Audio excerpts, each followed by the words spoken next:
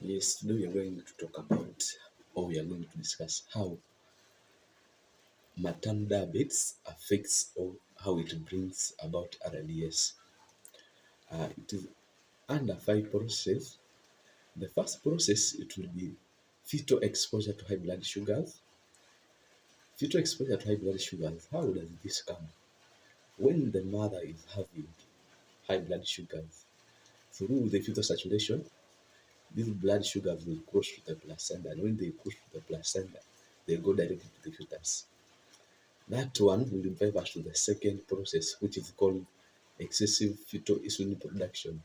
Excessive fetal insulin production will come as a result of high insulin crossing to the fetus, and the baby will produce excessive insulin so as to break down the other sugars which have crossed to the baby. Now, when the baby has produced a lot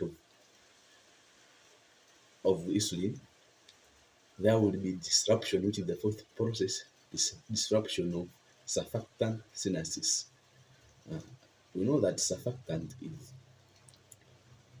a fatty protein-based substance which is used to help the lungs to perform its function.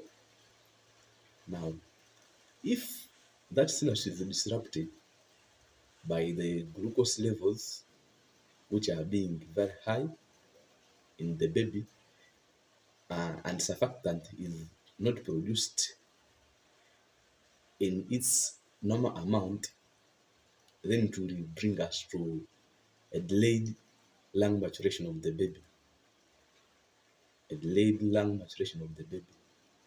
Now, if the delayed lung maturation of the baby, how will it come about?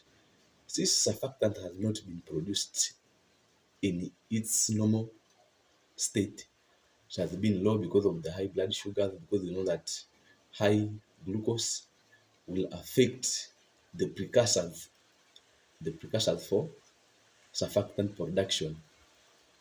And when they affect the precursors of surfactant production, the lungs will not be able to expand and not be able to expel out carbon dioxide. Then that one will drive us to atelectasis and RDS. I know atelectasis is lung collapse. Since we have seen surfactant being produced in small